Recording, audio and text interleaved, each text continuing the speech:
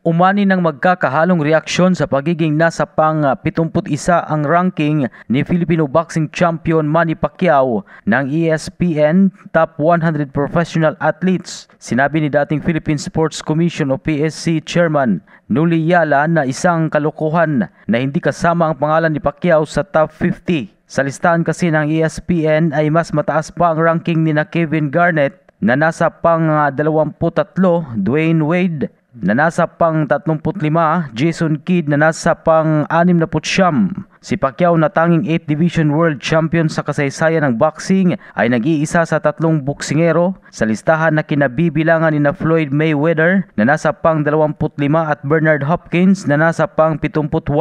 Nangunguna sa listahan ng ESPN Top 50 Athletes since 2000 ay si Michael Phelps na sinundan ni Serena Williams, Lionel Messi sa pangatlong pwesto at LeBron James sa pang-4 na pwesto. Yan ang balitang sports. Ito si Ray Tampos para sa Radyo Alternatibo Balita Nationwide.